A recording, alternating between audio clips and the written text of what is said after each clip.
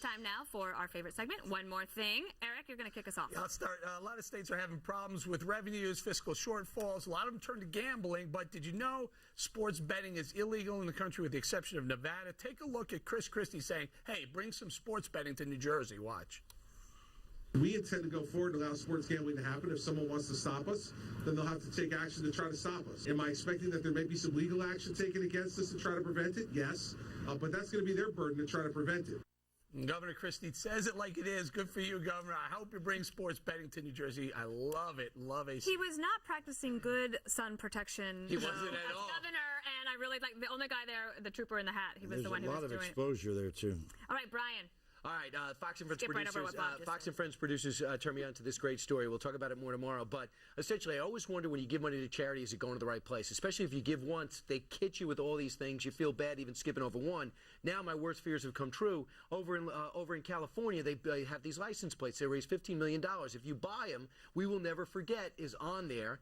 And if you buy these special plates, you actually get and pay $50 for one time and $40 for the renewal. That money's supposed to go to scholarships for victims of 9/11 and those families. Well, it turns out AP did a study through the Freedom of Information Act that 40% of the money is going to fund anti-terror programs. $3.7 million is going to California Food and Agriculture Department. And Governor Schwarzenegger, of all people, used it to bridge a budget shortfall, and Governor Brown's doing the same thing. Yeah. I find this outrageous. I do, too, and I find it outrageous you blew your own story for tomorrow morning, but that's okay. I did it for you guys. Wait, so $80,000 of $15 million raised, 80 grand only used for scholarship. Yeah.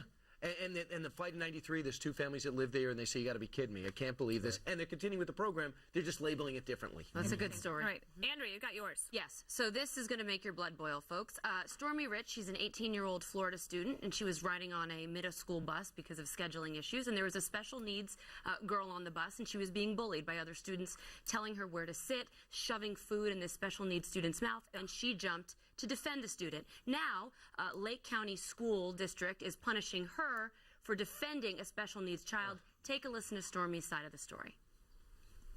I was sticking up for somebody. Why would you get in trouble for doing that? I never want this to happen to anybody else.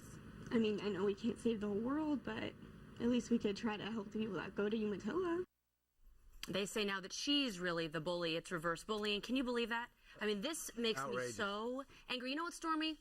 Who cares? Keep doing what you're doing. Go yeah, she wins in the end. She does. And she has a great name. And she can sing. She'd be great in Nashville. And the gutless punks that charged her with that ought to be, never mind. All right, listen, the president handed out the Medal of Freedom today, the Presidential Medal of Freedom. And among the people who won was Bob Dylan, one of my favorite artists, who helped kick off the anti-war movement that us communists joined.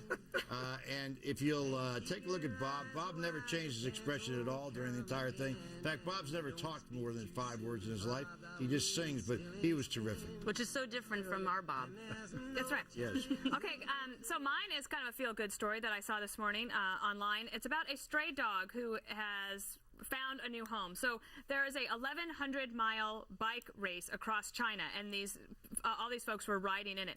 One day, the stray dog comes up. A guy feeds her. Now she ran the whole race, all along with them. Some people had to get off their bikes, ride the bus. Not that dog. Ran all the way, and now she is being adopted by one of the riders. So that's good story. Good girl. Good girl. That's it for On the 5. Thanks for watching. See you tomorrow. Thanks for having me.